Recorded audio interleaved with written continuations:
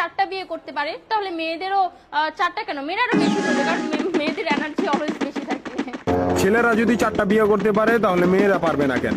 অবশ্যই পারবে, কারণ নারী পুরুষ সমান অধিকার। আর যদি একটা কথাই চিন্তা করি তাহলে মেয়েদের চেন কোনো কাজে লাগে না, চেন খুলে মোতার অধিকার তো তাদেরও আছে।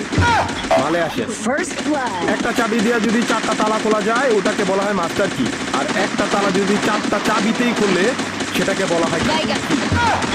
ধরেন আপনি 4টা ইঁদুর পালেন, আপনার কাছে গর্ত আছে একটা, বাহিরে অনেক বৃষ্টি, বুঝেনি তো ওয়েদার ডিমান্ড। এখন 4টা ইঁদুরের একসাথে গর্তে ঢুকতে হবে, তখন আপনি কি করবেন? ধরলাম উপরে নিচে মিলাই আরো 2টা আছে, হ্যাঁ, তাহলে 4 নাম্বার ইঁদুরটা কই যাবো? কানের ফুটা দা না নাকের ফুটা দিয়া? হ্যাঁ, তার মধ্যে মাসের মধ্যে 7 দিন থাকে লকডাউন। আমি মানি, আমি না শুধু সবাই মানে, মেয়েদের অনেক পাওয়ার, মেয়েদের অনেক এনার্জি। তাহলে দেশের মধ্যে ঘন ঘন লোডশেডিং হয় কেন?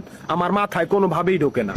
একটা ছেলে যদি 4টা বিয়ে করে, 4টা ঘরে যদি 10টা সন্তান থাকে, তারপরে বাপের নামে একটাই থাকবে। এখন আপনি যদি 4টা বিয়ে করেন, একটা সন্তান হয়, তাহলে বাপের নাম কি দিবেন? সলিমুদ্দিন, কলিমুদ্দিন, আনোয়ার, মনোয়ার, নাকি গড়ে মিলাইয়া জানোয়ার?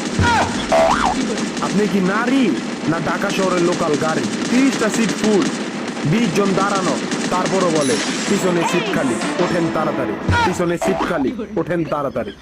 শুধু এই সমস্ত মেয়েদের কারণে পুরা নারী জাতির সম্মানহানি হয়। আমাদের উচিত সিটি কর্পোরেশনের কুত্তা মারার ইনজেকশন দিয়া এদেরকে মেরে ফেলা, যাতে এদের জন্য